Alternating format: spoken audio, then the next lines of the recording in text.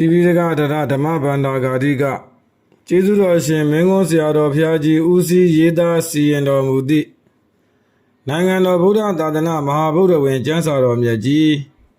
အိုရေတော်အပြင်ရှေးဟုတ်ရှိသည့်အနက်လေးအုံမြောက်အတွေ့အပြင်တတိယအတွဲကိုဆက်လက်ဖတ်ကြားပူဇော်ပါမယ်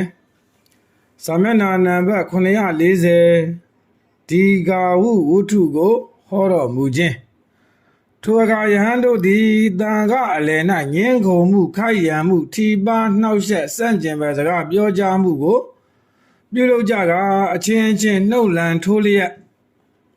နေကြကုန်၏ယဟန်တို့သည်ထိုအရိကရုံးကိုငြိမ်းစေရန်မတတ်နိုင်ပဲရှိကုန်၏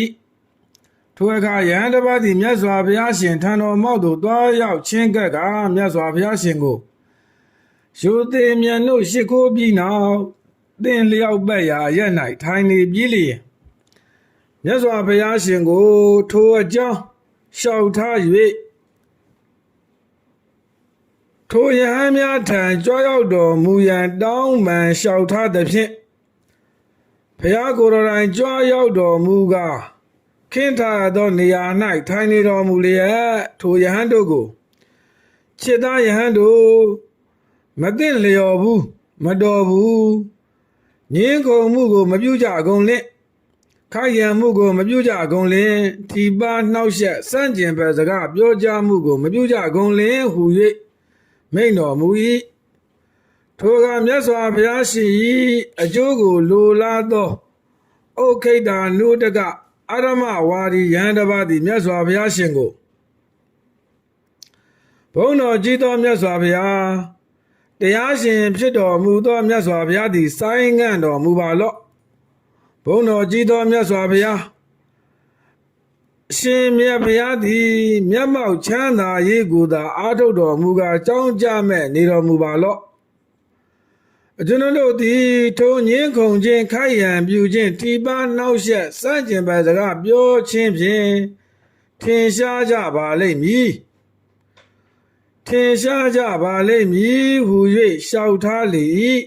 စာမျက်နှာနံပါတ်941မြတ်စွာဘုရားရှင်သည်နှစ်ကြိမ်မြောက်လဲထိုယဟန်တို့ကိုရှင်းနှင့်အတူမိန့်တော်မူ၏ဩခိတနုတကအာရမဝါဒီယဟန်ကလည်းထိုအတူပင်နှစ်ကြိမ်မြောက်တားမြစ်လျှောက်ထားပြန်၏ကွင်းစားဤ၌ဩခိတနုတကအရမဝါဒီယဟန်သည်မြတ်စွာဘုရားရှင်အပေါ်၌အကျိုးလိုလားသူဖြစ်၏ထိုယဟန်၏အလိုမှာဤနှစ်ပတ်ခါရှိယဟန်တို့သည်ဒေါသအမျက်ချောင်းချောင်းထွက်ကြသဖြင့်မြတ်စွာဘုရားရှင်၏စကားတော်ကိုနာယူကြလိမ့်မည်မဟုတ်ကုန်မြတ်စွာဘုရားရှင်သည်ဤယဟန်တို့ကိုဆုံးမလျက်ပင်ပန်းတော်မမူပါစေလင်ဟူ၍ဖြစ်လေသည်ထို့ကြောင့်ပင်နှစ်ကြိမ်တိုင်တိုင်တောင်းပန်တားမြစ်လေသည်မြတ်စွာဘုရားရှင်သည်ကထိုနှစ်ပတ်ခါရှိယဟန်များသည်ယခုအချိန်တွင်ဒေါသအမျက်ချောင်းချောင်းထွက်နေကြသဖြင့်မနာယူကြတော့လေနောက်အခါ၌မူအမှတ်ရ၍ခိုက်ရန်ငင်းခုန်မှုမှရှောင်ကျဉ်ကြလိမ့်မည်ဟုသိမြင်စင်ကြင်တော်မူကားထိုယဟန်များကိုတနာတော်မူသဖြင့်အတိတ်ဖြစ်ရဲ့ဒီဂါဟုဝုထုဇတ်ကိုဟောကြားတော်မူလေသည်ခွင်ပိတ်ဒီဂါဟုဝုထုထိုအခါမြတ်စွာဘုရားရှင်သည်ယဟန်တို့ကိုယဟန်တို့ရှေ့၌ဖြစ်မှုအကြောင်းထူးကားဗာရာဏသီပြည်၌ဗြဟ္မဏမင်းမြည်သောကာတိမင်းသည်ကျွယ်ဝ၍များစွာသောဥစ္စာစည်းစိမ်ရှိ၏ရဲမဲ့ဘိုးဘာစင်မြင့်ယထများလာ၏ကျေပြန်သောတိုင်းနိုင်ငံပြည့်လျံသောဗန္ဒာတိုက်ကြည်ကြရှိသူလည်းဖြစ်၏ဒီဂီတိအမည်ရှိသောကောသလမင်းသည်ကဆင်းရဲ၍နေပါသောဥစ္စာစည်းစိမ်ရှိ၏ရဲမတ်ဘူပါစင်မင်းယထနေပါလာ၏ငယ်သောတိုင်းနိုင်ငံမပြည့်လျံသောဗန္ဒာတိုက်ကြည်ကြရှိသူလည်းဖြစ်၏ရန်တို့ထိုအခါဗြဟ္မဏမြည်သောကာတိမင်းသည်စင်မင်းယထခြေသည်အပြင်အင်္ဂါ၄ပါးရှိသောစစ်တပ်ကြီးကိုပြင်ဆင်၍ဒီဂီတိကောသလမင်းထံသို့ရှေ့ရှုချီတက်လာလေ၏စာမျက်နှာနံပါတ်942 အာမတန်မန်ကိုလျှော့ယဟန်တို့ဒီဂီတိကောသလမင်းသည်ထိုသတင်းကိုကြားသိလေလျင်ကာတိတိုင်းရှင်ဘယင်ပြမရမင်းသည်ကျွယ်ဝ၍များစွာသောဥစ္စာစည်းစိမ်ရှိရဲမက်ဘူပါစင်မေယထများလာ၏ကျေပြန်သောတိုင်းနိုင်ငံပြည့်လျံသောဗန္နာရိုက်ကြည်ကြရှိသူလည်းဖြစ်၏ငါတမူကားဆင်းရဲ၍နေပါသောဥစ္စာစည်းစိမ်ရှိ၏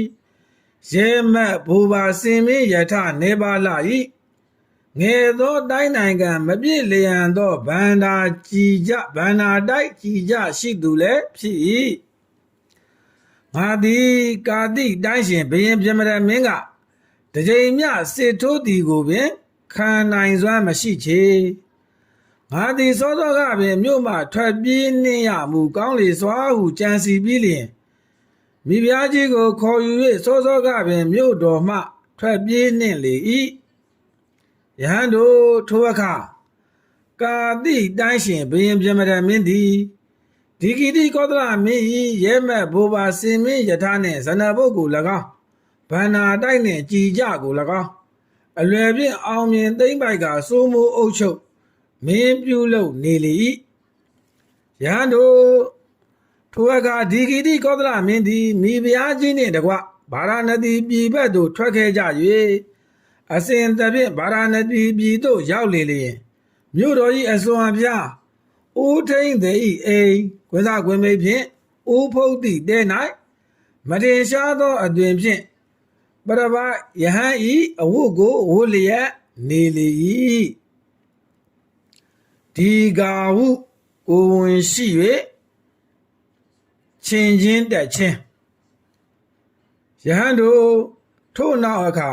ဒီဂီတိကောသလမင်း၏မိဖုရားကြီးသည်မကြာမီပင်ကိုဝင်ရှိ၍ထိုမိဖုရားကြီးအားတိ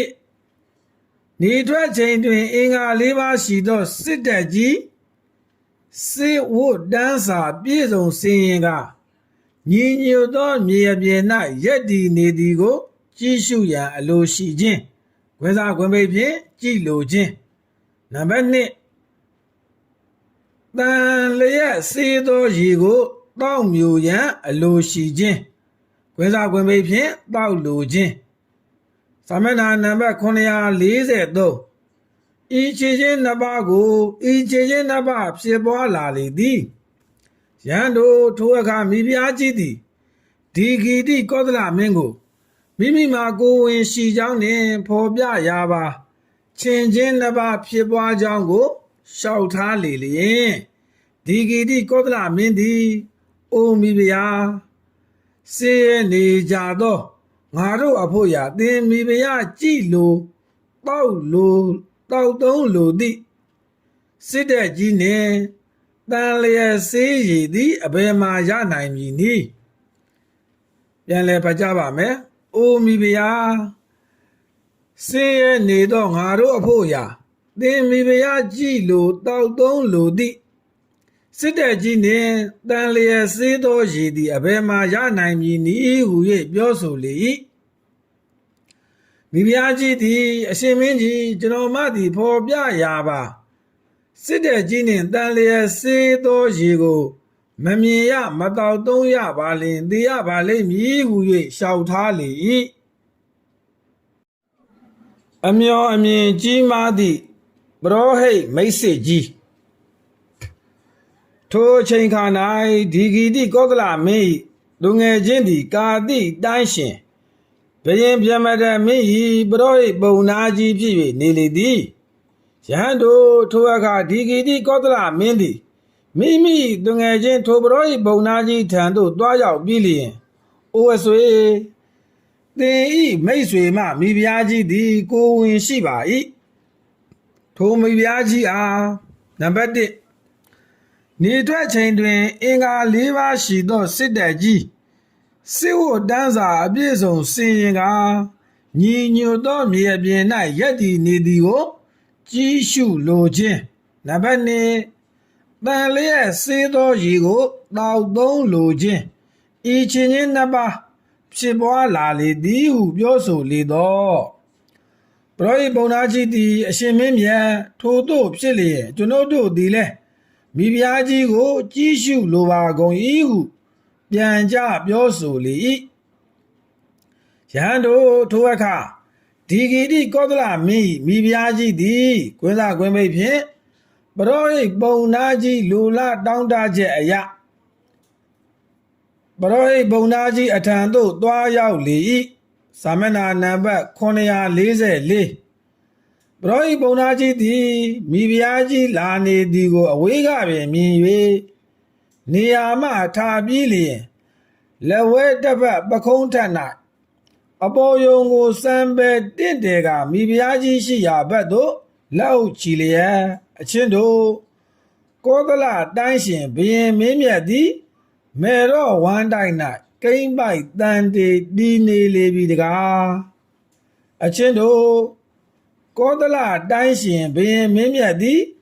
မေရောဝမ်းတိုင်း၌ကိမ့်ပိုက်တန်တေတီနေလေပြီတကားဟုသုံးချိန်တိုင်းတိုင်းဥဒန်းကျူးရင်ပြည်လျင်ရှင်မိဖုရားကြီးဝမ်းမြောက်တော်မူပါလော့နေထွက်ချိန်တွင်အင်္ဂါ၄ပါးရှိသောစစ်တပ်ကြီးစစ်ဝတ်တန်းစာအပြည့်အစုံဆင်ရင်ကညီညွတ်သောမြေပြင်၌ရက်တည်နေသည်ကိုကြည့်ရှုရပါလိမ့်မည်တန်လျက်စေးသောရေကိုလည်းတောက်ရပါလိမ့်မည်ဟု၍ဝန်ခံစကားပြောကြားလေ၏ယဟန်တို့ထိုအခါပရောဟိတ်ပုံနာကြီးသည်ကာတိတိုင်းရှင်ဘုရင်ပြမရမင်းထံသို့ချဉ်ကပ်ပြီးလျင်အရှင်မင်းကြီးလျှောက်တင်လက်တံသောအတိုင်းနမိတ်တို့သည်ထင်လာပါကုန်၏နတ်ပြည်ကနေထွက်သောအချိန်တွင်အင်္ဂါ၄ပါးရှိသောစစ်တပ်ကြီးသည်စစ်ဝတ်တန်းစာအပြည့်စုံဆင်ရင်ကညီညွတ်သောမြေပြင်၌ရက်တည်ပါစေလော့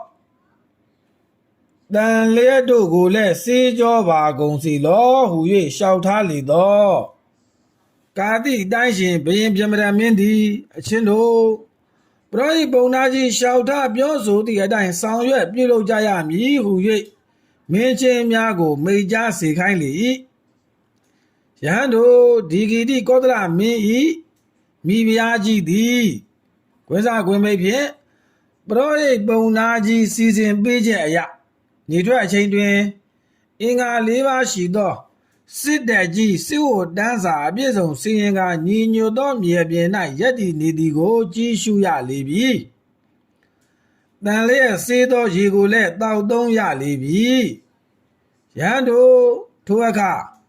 ဒီဂီတိကောသလမင်း၏မိဖုရားကြီးသည်စာမျက်နှာနံပါတ်945ကိုဝန်ရင်ချင်းသို့ရောက်ရှိကသားကိုဖွားမြင်လေ၏ထိုမင်းသား၏အမည်ကိုဒီဂါဝုဟု၍မှဲ့ခေါ်ကြလေကုန်၏ယဟန်တို့ဒီဂါဝုမင်းသားတည်ကြလိမ္မာသောအရွယ်သို့ရောက်သောအခါဒီဂီတိကောသလမင်း၏စိတ်တန်တန်ဝဲဤကာတိတိုင်းရှင်ဘုရင်ပြမရမင်းသည်ငါတို့၏အပေါ်မှာများစွာသောအကျိုးမဲ့ကိုပြုလုပ်သူဖြစ်ချေသည်ဤမင်းသည်ငါတို့၏ရဲမက်ဘူပါစင်မင်းယထာနှင့်ဇနဘုတ်ကို၎င်းဗန္ဒာတိုက်နှင့်ကြည်ကြကို၎င်းတိုက်ဖြတ်လူရက်အပ်လေပြီဤမင်းသည်အကယ်၍ငါတို့ကိုတိသွားလျင်ငါတို့၃ယောက်လုံးကိုပင်သက်စေလိမ့်မည်ငါသည်သားတော်ဒီဂါဟုကိုခွဲသာခွဲမိတ်ဖြင့်ငါတို့နှင့်ခွဲကမြို့ပြင်၌နေစေရမူကောင်းလေစွာဟုအကြံစီဖြစ်ပြီးလျင်သားတော်ဒီဂါဟုကိုမိမိတို့နှင့်ခွဲကမြို့ပြင်၌နေစေလေသည်ရန်တို့ထိုအခါဒီဂါဟုမင်းသားသည်မြို့ပြင်၌နေလျက်မကြာမြင့်မီပင်ခတ်သိမ်းသောအတတ်ပညာများကိုသင်ကြားတတ်မြောက်လေ၏ကျေးဇူးကံသောစတ္တာသည်ယဟန်တို့ထိုအခါဒီဂီတိကောသလမင်းစတ္တာသည်ကာတိတိုင်းရှင်ဘုရင်ပြမရမင်းဌာနဝင်ထွက်ခါစားသွားလာနေထိုင်စေဖြစ်၏ယဟန်တို့ဒီဂီတိကောသလမင်းထိုစတ္တာသည်ဟောင်းသည်ဗာရာဏသီပြည်အစွန်အဖျအိုးထိန်သည်၏အိမ်အိုးဖုတ်သည့်တဲ့၌မထင်မရှားသောအသွင်ပြင်ဖြင့်ပရပိုင်ယဟန်၏အဝတ်ကိုဝတ်ဆင်လျက်နေသော မိဖုရားချင်းချင်းတကွဒီဂီတိကောသလမင်းကိုမြင်လေလျင်ကာတိတိုင်းရှင်ဘုရင်ပြမတမင်းထံသို့တွားရောက်၍အရှင်မင်းကြီးဒီဂီတိကောသလမင်းသည်မိဖုရားနှင့်တကွဤပါရာဏသီပြည်အစွန်အဖျားအိုးထိန်သည်ဤအိမ်အိုးထိန်တဲ့၌မထင်မရှားတွင်ဖြင့်ပရပိုင်ယဟန်၏အဝတ်ကိုဝတ်ဆင်လျက်နေပါ၏ဟု၍လျှောက်ထားလေ၏ဇာမျက်နှာနံပါတ်946ယဟန်တို့ထိုအခါကာတိတိုင်းရှင်ဘုရင်ပြမတမင်းသည်အချင်းတို့ထိုတို့ဖြစ်လျင်ဒီဂီတိကောသလမင်းကိုမိဖုရားနှင့်တကွရှေ့တော်မောက်သို့ခေါ်ဆောင်ခဲ့ကြလောဟုမင်းချင်းတို့အားအမိန့်ပေးသည်ဖြင့်မင်းချင်းများသည်လည်းကွင်းသားကွင်းမိတ်ဖြင့်ပြမတမင်း၏အမိန့်အတိုင်းဒီဂီတိကောသလမင်းကိုမိဖုရားနှင့်တကွပြမတမင်းထံသို့ခေါ်ဆောင်ခဲ့ကြလေကုန်၏ယဟန်တို့ထိုအခါကာတိတိုင်းရှင်ဘုရင်ပြမတမင်းသည်မင်းချင်းတို့ကိုအချင်းတို့ထိုတို့ဖြစ်လျင်ဒီဂီတိကောသလမင်းကိုမိဖုရားနှင့်တကွမြဲမြံသောကျိုးဖြင့်လက်ပြန်အတင်းအကျပ်တုံနှောင်၍တင်တုံးဖြင့်ကရုံးရိပ်ပြေးလျင်အတန်ကွဲအပ်ပြင်းထန်သောထက်စီကိုတီးကလမ်းတစ်ခုမှလမ်းတစ်ခုသို့လမ်းစုံတစ်ခုမှလမ်းစုံတစ်ခုသို့လှည့်လည်ယူဆောင်လျက်တောင်တကားဖြင့်ထွက်စေ၍ကွင်းစားကွင်းမိတ်ဖြင့်ထုတ်ဆောင်၍မြို့၏တောင်မျက်နှာ၌လေးပိုင်းဖြက်၍ခုတ်သက်ပြေးလျင်အသားစုတို့ကိုအရက်လေးမျက်နှာတို့၌ပြစ်ကုန်လောဟု၍အမိတ်ပေးအာနာထားလေသည်ယဟန်တို့ထိုမင်းချင်းယောက်ျားတို့သည်ပြမတမင်း၏အမိတ်ကိုနာခံကြ၍မိဖုရားနှင့်တကွဒီဂီတိကောသလမင်းကိုမြဲမြံသောကျိုးဖြင့်လက်ပြန်အတင်းအကျပ်တုံနှောင်၍တင်တုံးဖြင့်ကရုံးရိပ်ပြေးလျင်အတန်ကွဲပြင်းထန်သောထက်စီကိုတီးကလမ်းတစ်ခုမှလမ်းတစ်ခုသို့လမ်းစုံတစ်ခုမှလမ်းစုံတစ်ခုသို့ရိုက်နှက်ပုတ်ခတ်ကြကလှဲ့လေယူဆောင်ကြလေကုန်၏ကောသလမင်း၏ရန်ငိမ့်ချောင်းဩဝါဒစကားရန်တို့ထိုအခါဒီကာဟုမင်းသားသည်ငါကမေတော်ခမည်းတော်တို့ကိုမပူးမြော်ရသည်မှာကြာလှပြီငါသည်မေတော်ခမည်းတော်တို့ကိုပူးမြော်ရမှုကောင်းလေစွာဟုကြံစီ၍ဗာရာဏသီပြည်အတွင်းသို့ဝင်သည်ရှိသောမေတော်ခမည်းတော်မင်းနဘော်တို့ကိုမင်းချင်းယောက်ျားများကမြဲမြံသောကျိုးဖြင့်လက်ပြန်အတင်းကျပ်တုံနှောင်၍တင်တုံးဖြင့်ကရုံးတုံးပြီးလျင်အတန်ကွဲအပ်ပြင်းထန်သောထက်စီကိုတီးကြကလမ်းတစ်ခုမှလမ်းတစ်ခုသို့လမ်းစုံတစ်ခုမှလမ်းစုံတစ်ခုသို့ရိုက်နှက်ပုတ်ခတ်ကြကလှဲ့လေယူဆောင်ကြသည်တို့ကိုပပင်းပါတွေ့မြင်ရ၍တောကကိုအောက်ဤချုပ်တီးကမေတော်ခမည်းတော်တို့ရှိရာသို့ချင်းကပ်လာရောက်လေ၏စာမျက်နှာနံပါတ်940ယဟန်တို့ဒီဂီတိကောသလမင်းသည်ဒီကာဟုမင်းသားလာလက်သည်ကိုအဝေးမှပင်မြင်လျင်ဒီကာဟုမင်းသားကိုပါနက်လိမ်မာစွာချစ်သားဒီကာဟုတင်းသည်အရှိကိုလည်းမကြည့်လင့်အတူကိုလည်းမကြည့်လင့်ချစ်သားဒီကာဟုရန်တို့မူသည်ဖြင့်ရန်တို့သည်မငြိမ့်နိုင်ကုန်ချစ်သားဒီကာဟုရန်တို့မမူမှသာရန်တို့သည်ငြိမ့်ကုန်၏ဟု၍အဆုံးအမရန်ငြိမ်းချောင်းဩဝါဒစကားလေးခွင်းကိုမြတ်ညွန်းမိတ်ဆိုလေ၏ယဟန်တို့ဤကဲ့သို့ကွင်းစားကွင်းပိတ်ဖြင့်ဒီဂီတိကောသလမင်းကဩဝါဒစကားပြောကြားအပ်သည်ရှိသောမင်းချင်းယောက်ျားထိုလူများသည်ဒီဂီတိကောသလမင်းကိုဤဒီဂီတိကောသလမင်းသည်ယူသွတ်၍ရောင်ရမ်းပြောဆို၏ဤကောသလမင်းဤသားဒီကာဟုကအဘယ်သူနည်းဤဒီဂီတိကောသလမင်းသည် အဘယ်သူကိုများချစ်သားဒီကဟုသင်သည်အရှိကိုလည်းမကြည့်လင့်အတူကိုလည်းမကြည့်လင့်ချစ်သားဒီကဟုရန်တို့မူသဖြင့်ရန်တို့သည်မငြိမ့်နိုင်ကုန်ချစ်သားဒီကဟုရန်တို့မမူမှသာရန်တို့သည်ငြိမ့်ကုန်၏ဟု၍ပြောဆိုပြီးတနည်းဟု၍အထင်လွဲစကားပြောကြကြလေကုန်၏ထိုအခါဒီဂီတိကောသလမင်းသည်မင်းချင်းယောက်ျားထိုလူများကိုဇာမဏနံပါတ်948အချင်းတို့ငါသည်ယူသွ၍ရောင်ရမ်းပြောဆိုသည်မဟုတ်စင်စစ်တော်ကပညာရှိသူသည်ငါစကား၏အနက်အဓိပ္ပာယ်ကိုသိပေလိမ့်မည်ဟု၍ဖြေရှင်းပြောဆိုလေ၏ယဟန်တို့နှစ်ကြိမ်မြောက်လဲဒီဂီတိကောသလမင်းသည်သားတော်ဒီကာဥကိုရည်ညွှန်း၍ရှင်းနည်းအတူဩဝါဒစကားမြတ်ကြားသောအခါမှာလဲမင်းချင်းယောက်ျားတို့သည်ထို့အတူပင်အထင်လွဲစကားပြောကြားကြသဖြင့်ဤနည်းအတူပင်ဖြေရှင်းပြောဆိုလေသည်သုံးချိန်မြောက်လဲဒီဂီတိကောသလမင်းသည်သားတော်ဒီကာဥကိုရည်ညွှန်း၍ရှင်းနည်းအတူဩဝါဒစကားမြတ်ကြားသောအခါမှာလဲမင်းချင်းယောက်ျားတို့သည်ထို့အတူပင်အထင်လွဲစကားပြောကြားကြသဖြင့်ဤနည်းအတူပင်ဖြေရှင်းပြောဆိုရလေသည်ယဟန်တို့ထိုအခါမင်းချင်းယောက်ျားထိုလူများသည်မိဖုရားကြီးနှင့်တကွဒီဂီတိကောသလမင်းကိုလမ်းတစ်ခုမှလမ်းတစ်ခုသို့လမ်းစုံတစ်ခုမှလမ်းစုံတစ်ခုသို့ရိုက်နှက်ပုတ်ခတ်ကြကလှဲ့လေယူဆောင်ကြ၍တောင်တကားပြင်ထွက်စေ၍ထုတ်ဆောင်၍မြို့၏တောင်မျက်နှာ၌လေးပိုင်းဖြတ်၍ခုတ်သက်ပြီးလျင်အသားစုတို့ကိုအရက်လေးမျက်နှာတို့၌စွန့်ပြေးကြကအစောင့်အနေချထား၍မြို့တွင်သို့ပြန်လဲဖဲသွားကြလေကုန်၏ဒီကာဟုမင်းသား၏လိမ္မာသောအစီအမံယဟန်တို့ထိုအခါဒီကာဟုမင်းသားသည်ဗာရာဏသီပြည်တွင်သို့ဝင်ပြီးလျင်တေရရက်ကိုယူဆောင်ခဲ့၍အစောက်လူများကိုတိုက်ကြွေးလေသည်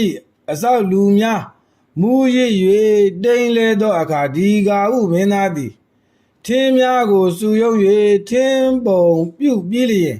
မေတော်ခမိတော်တို့၏အပိုင်းပိုင်းပြတ်နေသောဥဒုဇယုတ်ကလတ်ကိုထင်းပုံအထက်သို့တင်ကာမိသင်ကြိုပြီးလျင်စာမျက်နှာနံပါတ်949လောက်ချီမှုလျက်ထင်းပုံကို3ချိန်3ဘက်လက်ရာ၍လှဲ့လေလေ၏ပြမရမင်းပြင်းစွာထိတ်လန့်ခြင်းထိုအချိန်၌ကာတိတိုင်းရှင်ဘုရင်ပြမရမင်းသည်ရွှေနန်းတော်ပြည့်တဲ့အထက်၌နေထိုင်ရင်းကဒီကာဟုမင်းသားလောက်ချီမိုးလျက်ထင်းပုံကို3ချိန်3ဘက်လက်ရာ၍လက်နေသည်ကိုမြင်လက်၍ထိုလူသည်ကဒီဂီတိကောသလမင်း၏မိဆွေဖာမျိုးတော်၎င်းတားခြင်းတော်၎င်းဧကံစင်စစ်ဖြစ်ပေလိမ့်မည်။အော်ထိုသူကငါအကျိုးမဲ့ကိုပေးမိသူပါတကားငါမြည်သူတူတယောက်ကမြလာရောက်၍မရှောင်မထနေအားပြီးဟု၍ကြံစီစဉ်းစားမိက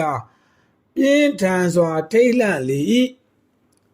ဒီကာဟုမင်းသားစင်ထိတ်အမှုထမ်းခြင်းယဟန်တို့ထို့နောက်ဒီကာဟုမင်းသားသည်တော့သို့သွားပြေးလျင်အလိုရှိတိုင်းအားရအောင်ငိုကြွေးမြည်တမ်းပြီးနောက်မျက်ရည်ကိုတုပ်သိမ့်၍ဗာရာဏသီပြည်တွင်သို့ဝင်ရောက်ကနန်းတော်၏အနီးစင်တင်းကုတ်သို့သွား၍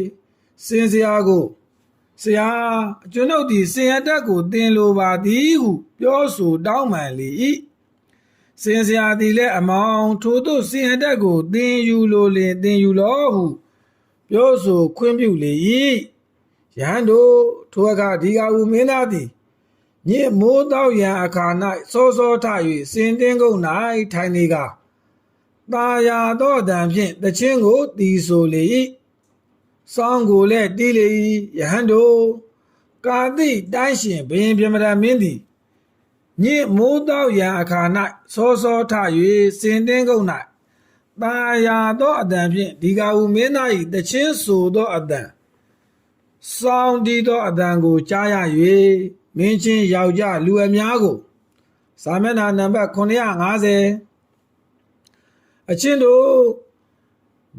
ညစ်မိုးတောက်ရန်အခါ၌စောစောထ၍စင်တင်းကုတ်၌နေထိုင်က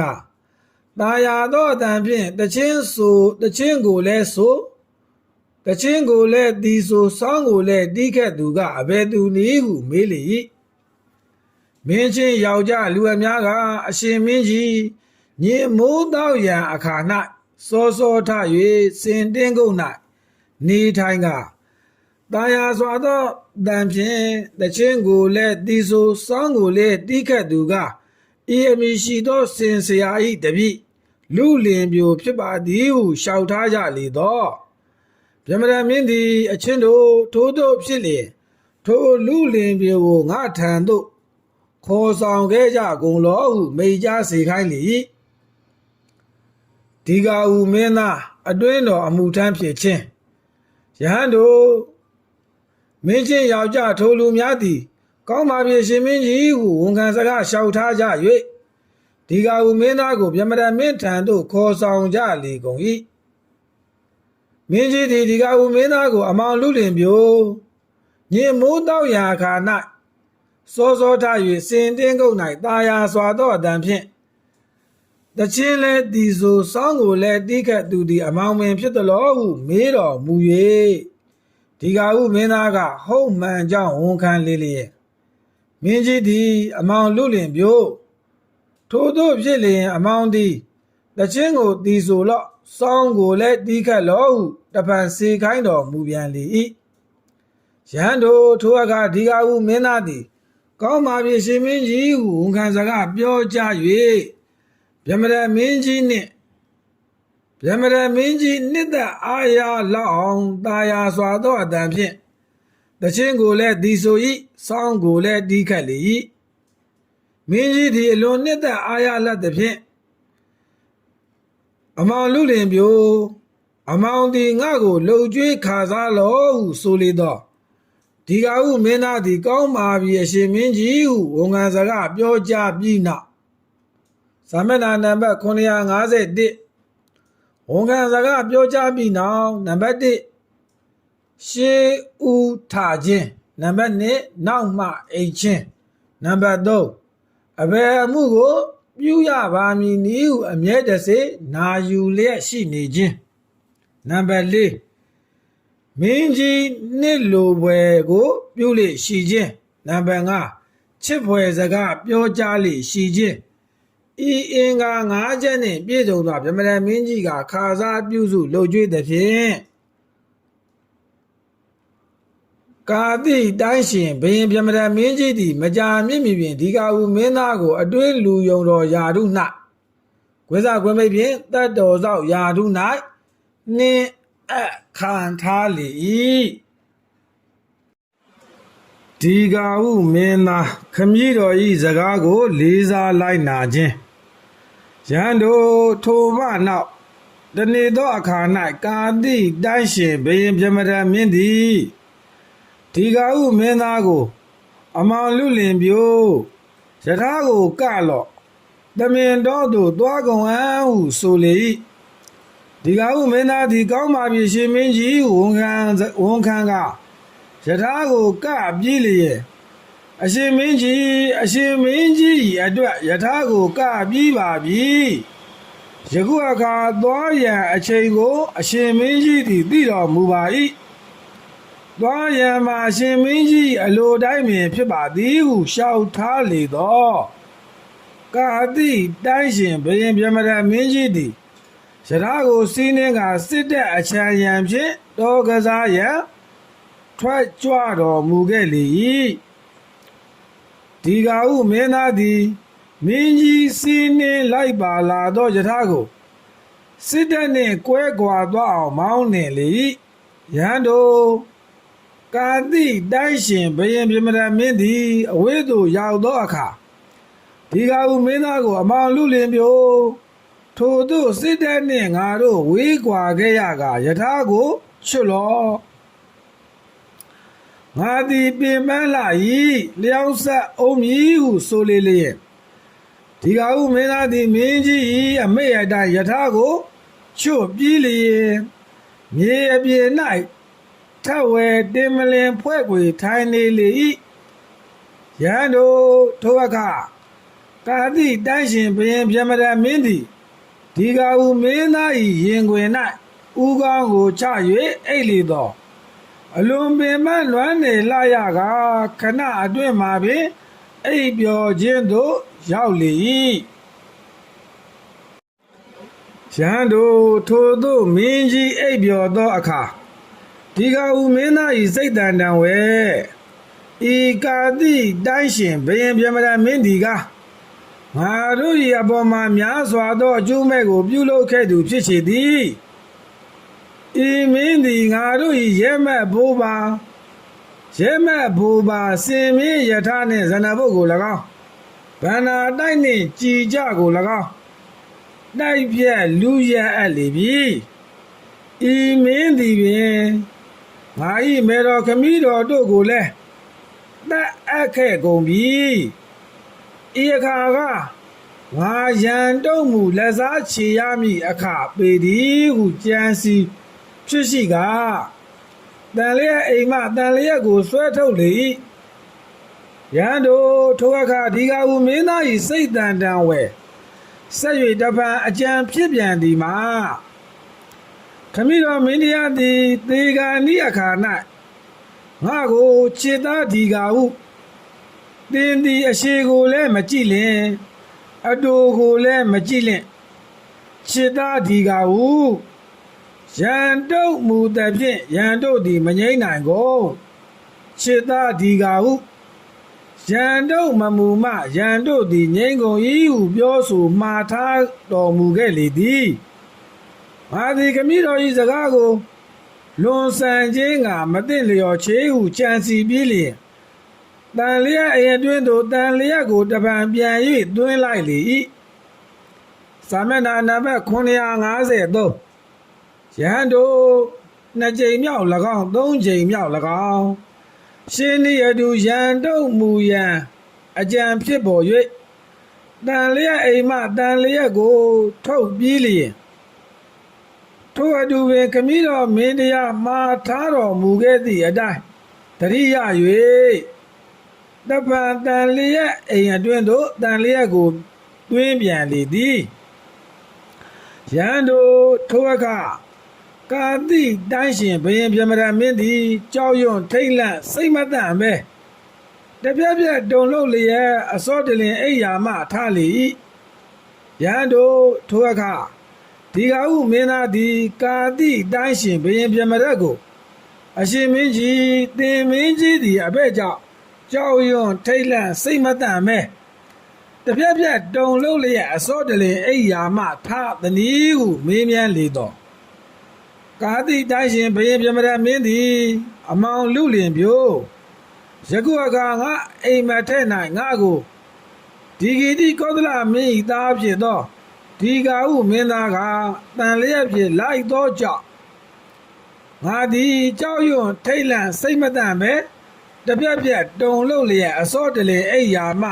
ထပေ၏ဟုဖြေကြပြောဆိုလေ၏ရန်တို့ထိုအခါဒီကဟုမင်းသားသည်လက်ဝဲလက်ဖြင့်ကာတိတိုင်းရှင်ဘုရင်ပြမရမင်း၏ဦးခေါင်းကိုဆွဲကန်၍လက်ရလက်ဖြင့်တန်လျက်ကိုအိမ်မှဆွဲထုတ်ကာကာတိတိုင်းရှင်ဘုရင်ပြမရမင်းကိုအရှင်မင်းကြီးဒီဂီတိကောသလမင်း၏သားဖြစ်သောဒီကဟုမင်းသားဟူသည်မှာအခြားသူမဟုတ်အကျွန်ုပ်ပေသည်သင်မင်းကြီးသည်ကျွန်ုပ်တို့၏အပေါ်မှာများစွာသောအကျိုးမဲ့ကိုပြုခဲ့သူဖြစ်ချေသည်သင်မင်းကြီးသည်ငါတို့၏ရဲမက်ဘိုးပါစင်မင်းယထာနှင့်ဇနဘုတ်ကို၎င်းဗန္နာတိုက်နှင့်ကြည်ကြကို၎င်းတိုက်ဖြက်လူရဲလေပြီသင်မင်းကြီးသည်ပင်ငါ၏မေတော်ခမည်းတော်တို့ကိုလည်းတတ်အပ်ခဲ့ကုန်ပြီယဤအခါကငါရန်တုံမှုဝိသခွင့်မိတ်ဖြင့်လက်စားချေရမည်အခါပေသည်ဟူ၍ပြောဆိုလေ၏စာမျက်နှာနံပါတ်954 ရန်တို့ထိုအခါကာတိတိုင်းရှင်ဘယင်ပြမရမင်းသည်ဒီကဟုမင်းသား၏ခြေတို့၌ဥခိုက်၍ဒီကဟုမင်းသားကိုခြေသားဒီကဟုငါအသက်ကိုချမ်းသာပေးပါလော့ခြေသားဒီကဟုငါအသက်ကိုချမ်းသာပေးပါလော့ဟုပြောဆိုလေထိုအခါဒီကဟုမင်းသားကအကျွန်ုပ်သည်အရှင်မင်းကြီးအသက်ကိုချမ်းသာပေးခြင်းကအဘယ်မှာတတ်နိုင်ပါအံ့နည်းအရှင်မင်းကြီးကသာလျှင်အကျွန်ုပ်ဟာအသက်ကိုချမ်းသာပေးနိုင်ရပါ၏ဟုပြောဆိုလေတော့ကာတိတိုင်းရှင်ဘယင်ပြမရမင်းသည်ခြေသားဒီကဟုထိုတို့ဖြစ်လျင်သင်ခြေသားကလည်းငါအသက်ကိုချမ်းသာပေးပါလော့ငါကလည်းသင်ခြေသားဟာအသက်ကိုချမ်းသာပေးပါ၏ဟုပြောဆိုလေရန်တို့ထိုအခါကာတိတိုင်းရှင်ဘယင်ပြမရမင်းနှင့်ဒီကဟုမင်းသားတို့သည်အချင်းချင်းတယောက်သည်တယောက်အားအသက်ကိုချမ်းသာပေးကြလေကုန်၏လက်ကိုလည်းဆွဲကင်ကြကချစ်ကြည်မှုကိုပြုကြလေကုန်၏အချင်းချင်းမပြေမားရန်ဂတိသစ္စာကျိန်ဆိုမှုကိုလည်းပြုကြလေကုန်၏ရန်တို့ထိုသို့မင်းနှင့်မင်းသားနှစ်ဦးသားတို့တယောက်သည်တယောက်ဟာအသက်ချမ်းသာ၍ပေးကြလျက်လက်ကိုဆွဲကင်ကြကဂတိသစ္စာကျိန်ဆိုမှုပြုပြီးသောအခါ၌ကာတိတိုင်းရှင်ဘုရင်ပြမရမင်းသည်ဒီကဟုမင်းသားကိုခြေသားဒီကဟုထိုတို့ဖြစ်လျင်ယထာကိုကလော့ပြန်ကြကုန်အံ့ဟုဆိုလေတော့ဒီကဟုမင်းသားသည်ကောင်းပါပြီရှင်မင်းကြီးဟုမင်းကြီးစကားကိုဝန်ခံ၍ယထာကိုကပြေးလျင်အရှင်မင်းကြီးအတွက်ယထာကိုကပြီးပါပြီယခုအခါသွားရန်အချိန်ကိုအရှင်မင်းကြီးသည်သိတော်မူပါ၏ခွင်စားခွင်မိတ်ဖြင့်သွားရန်မှာအရှင်မင်းကြီးအလိုတိုင်းပင်ဖြစ်ပါသည်ဟုလျှောက်ထားလေ၏စာမျက်နှာနံပါတ်955ပြည်တော်သို့ပြန်ဝင်ခြင်းရန်တို့ကာတိတိုင်းရှင်ဘုရင်ပြမရမင်းသည်ယထာထက်သို့တက်ရောက်စီးနှင်းမိသည်ရှိတော်ဒီကဟုမင်းသားသည်ယထာကိုမကြာမီပင်စစ်တပ်နှင့်ပေါင်းစုံမိအောင်မောင်းနှင်လေ၏ရဟန်းတို့ထိုအခါကာတိတိုင်းရှင်ဘုရင်ပြမရမင်းသည်စစ်တပ်ကြီးချမ်းရကဗာရာဏသီပြည်သို့ဝင်၍အမတ်ပရိသတ်တို့ကိုစီဝေးစေပြီးလျင်ညီလာခံသဘင်၌အချင်းတို့ဒီဂီတိကောသလမင်း၏သားဖြစ်သူဒီကဟုမင်းသားကိုယခုအခါတွေ့ရှိကြလျင်အဘယ်သို့ပြုကြမည်နည်းဟုမေးမြန်းလေ၏ထိုအခါအချို့သောအမတ်တို့ကအရှင်မင်းကြီးအကျွန်ုပ်တို့သည်လက်တို့ကိုဖြတ်ပါကုန်အံ့အချို့ကမူအရှင်မင်းကြီးအကျွန်ုပ်တို့သည်ခြေတို့ကိုဖြတ်ပါကုန်အံ့အချို့ကမူအရှင်မင်းကြီးအကျွန်ုပ်တို့သည်လက်ခြေတို့ကိုဖြတ်ပါကုန်အံ့အချို့ကမူအရှင်မင်းကြီးအကျွန်ုပ်တို့သည်နားတို့ကိုဖြတ်ပါကုန်အံ့အချို့ကမူအရှင်မင်းကြီးအကျွန်ုပ်တို့သည်နှာခေါင်းကိုဖြတ်ပါကုန်အံ့အချို့ကမူအရှင်မင်းကြီးကျွန်ုပ်တို့သည်နားနှာခေါင်းကိုဖြတ်ပါကုန်အံ့အချို့ကမူအရှင်မင်းကြီးကျွန်ုပ်တို့သည်ဦးခေါင်းကိုဖြတ်ပါကုန်အံ့ဟုအသည်မင်းလိုလိုက်မင်းကြိုက်စကားပြောကြားကြလေကုန်၏ထိုအခါကာတိတိုင်းရှင်ဘုရင်ပြမရမင်းတရားသည်အချင်းတို့ဒီဂီတိကောသလမင်း၏သားဖြစ်သူဒီကဟုမင်းသားဟုသည်မှာဤသူပင်ဖြစ်တော်သည်ခွင်သာခွင်ပိတ်ဖြင့်မင်းသားကိုလက်ဖြင့်ညွန်၍ပြောသည်ဤဒီကဟုမင်းသားကိုတစုံတစ်ခုသောအမှုကိုမျှပြုရန်မရတော့ပြီဤဒီကဟုမင်းသားကလည်းငါအသက်ကိုချမ်းသာပေးရပြီငါကလည်းဤဒီကဟုမင်းသားအားအသက်ကိုချမ်းသာပေးရပြီဟု၍ကြေညာပြောဆိုလေ၏စာမျက်နှာနံပါတ်956ဒီကဟုမင်းသားရန်ငိမ့်ကြောင်းတရားကိုဟောကြားရှင်းပြခြင်းရန်တို့ထို့နောက်ကာတိတိုက်ရှင်ဘုရင်ပြမရမင်းသည်ဒီကဟုမင်းသားကိုခြေသားဒီကဟုသင်ဤခမည်းတော်သည်ဒေဂာနိအခါ၌နံပါတ်1ခြေသားဒီကဟုသင်သည်အသက်ကိုလည်းခြေသားဒီကဟုသင်သည်အရှိကိုလည်းမကြည့်လက်နံပါတ်2 အတူကိုလည်းမကြည့်လင့်နံပါတ်3ခြေသားဒီကာဟုရန်တို့မူသည်ဖြင့်ရန်တို့သည်မငြိမ့်နိုင်ကုန်နံပါတ်4ခြေသားဒီကာဟုရန်တို့မမူမှသာရန်တို့သည်ငြိမ့်နိုင်ကုန်၏ဟုမှားထားခဲ့၏သည်ဖာခမီတော်အဘယ်ကိုရည်၍မှားထားခဲ့သနည်းဟုမေးမြန်းလေ၏ထိုအခါဒီကာဟုမင်းသားသည်ဗြဟ္မဏမင်းကြီးကိုနံပါတ်1အရှင်မင်းကြီးကျွန်တော်၏ခမည်းတော်သည်သေဂာနိအခါ၌အရှိကိုမကြည့်လင်ဟုပြောဆိုမှားထားခဲ့သည်မှာရှင်မြင့်စွာရန်ကိုမပြုလင်ဟုပြောဆိုမှားထားခဲ့ခြင်းဖြစ်ပါသည်အရှင်မင်းကြီးဤအဓိပ္ပာယ်ကိုရည်၍အကျွန်ုပ်၏ခမည်းတော်သည်သေဂာနိအခါ၌အရှိကိုမကြည့်လင်ဟုပြောဆိုမှားထားခဲ့ပါ၏နံပါတ်2အရှင်မင်းကြီးအကျွန်ုပ်၏ခမည်းတော်သည်သေဂာနိအခါ၌အတူကိုလည်းမကြည့်လင်ဟုပြောဆိုမှားထားခဲ့သည်မှာအဆွေခင်မွန်းတို့နှင့်အချိန်တိုတောင်းလင်းမြန်စွာမိတ်မပြတ်စေလင်ဟုပြောဆိုမှားထားခဲ့ခြင်းဖြစ်ပါသည်အရှင်မင်းကြီးဤအဓိပ္ပာယ်ကိုရည်၍အကျွန်ုပ်၏ခမည်းတော်သည်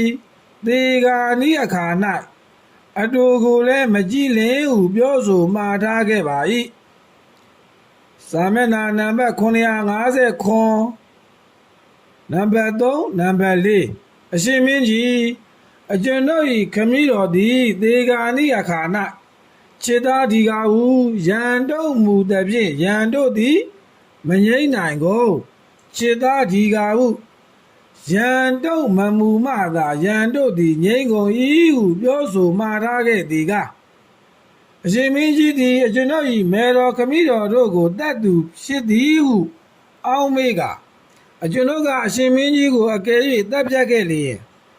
အရှင်မင်းကြီးအကျိုးကိုလိုလားသောသူတို့ကအကျွန်ုပ်ကိုတပ်ဖြတ်ကုန်လေရာ၏တပံအကျွန်ုပ်၏အကျိုးကိုလိုလားသောသူတို့ကထိုသူတို့ကိုတပ်ဖြတ်ကုန်ရာ၏ဤသို့အပြန်ပြန်အလန်လန်လက်စားချီတပ်ဖြတ်နေကြလေထိုရန်သည်အဘယ်နည်းဖြင့်မျှမငြိမ့်နိုင်ရာယခုအခါမူအရှင်မင်းကြီးကအကျွန်ုပ်ဟာအသက်ကိုချမ်းသာပေးရပါပြီအကျွန်ုပ်ကလည်းအရှင်မင်းကြီးဟာအသက်ကိုချမ်းသာပေးရပါပြီ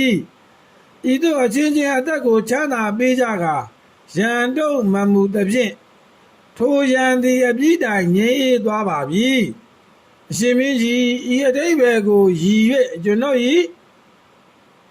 ခမည်းတော်သည်သေဂာနိအခါ၌ခြေသားဒီကာဟုရန်တို့မူသည်ဖြင့်ရန်တို့သည်မငြိမ့်နိုင်ကုန်ခြေသားဒီကာဟုရန်တို့မမူမှသာရန်တို့သည်ငြိမ့်ကုန်၏ဟုပြောဆိုမှားထားခဲ့ပါ၏ဟု၍ခမည်းတော်မှားထားခဲ့သည့်ရန်ငြိမ်းချောင်းတရားကိုဟောကြားရှင်းပြလေ၏ဝင်းစဤတရားသဘောကိုရည်ရွယ်၍ရှေ့ပညာရှိသူတော်ကောင်းတို့သည်ရန်စကိုမရှိစေလင့်မိစ္ဆကိုမတူစေလင့်ရန်မမူလိုမှရန်ပြူသည်ရန်လိုလျင်ရန်ပူတတ်သည်ဟူ၍ဓမ္မူပရိသစကားထားခဲ့ကြလေသည်ခွင်းပိတ်စာမျက်နှာနံပါတ်958ဒီကာဟုမင်းသားခမည်းတော်၏ထီးနှံအမွေကိုတပံပြန်၍ရရှိခြင်းရန်တို့ထို့သောဒီကာဟုမင်းသားရန်ငြိမ်းချောင်းတရားကိုဟောကြားရှင်းပြသောအခါကာတိတိုင်းရှင်ဘုရင်ပြမရမင်းသည်အချင်းတို့အံ့ဖွယ်ရှိကြတကားအချင်းတို့မပြေစဘူးအထူးပြစ်စွာတကားအချင်းတို့အားဖြင့်ခမည်းတော်မှာထားခဲ့သောစကား၏အဓိပ္ပာယ်ကိုအကျယ်ပြန့်ချီသိသူဖြစ်ရကားဤဒီကာဟုမင်းသားသည်အလွန်လျင်ပညာရှိစွာတကားဟုချီးမွမ်းစကားပြောကြပြည်လျင်ခွင်းသာခွင်းပိတ်ဖြင့်ဒီကာဟု၏ဖခင်ဘယင်ဒီဂီတိကောသလမင်း၏ဥစ္စာဖြစ်သည့်ရဲမတ်ဘိုးဘာစင်မင်းယထာနှင့်ဇနဘုတ်ကို၎င်း ဗန္နာတိုက်နှင့်ကြည်ကြကို၎င်းဒီကာဟုမင်းသားအားပြန်၍ပေးအပ်သည်ဖြင့်အရွယ်သို့ရောက်ပြီးသောသမီးကိုလည်းပေးလေ၏ဗုဒ္ဓ၏ဩဝါဒတော်ယဟန်တို့ဒုဒလက်နက်ကိုဆောင်ယူကြကုန်သောထိုမင်းတို့အားတော်မှလေဤသို့သဘောရှိသောတိကံချင်းနှစ်သက်ကျေနပ်ခြင်းသည်ဖြစ်တော်မူသေး၏ယဟန်တို့သင်တို့သည်ဤသို့အစအလယ်အဆုံးသုံးမအစုံကောင်းခြင်းဂုဏ်နှင့်ပြည့်စုံထင်ရှားဟောကြားသည်တရားသဖြင့်ဆုံးမရာဤငါဘုရား၏သာသနာ၌ယဟန်ဖြစ်သူကဲ့ရောက်ကြသူများဖြစ်လျက်တိမခံကြလျင်မနှစ်သက်မကျေနပ်ကြလျင်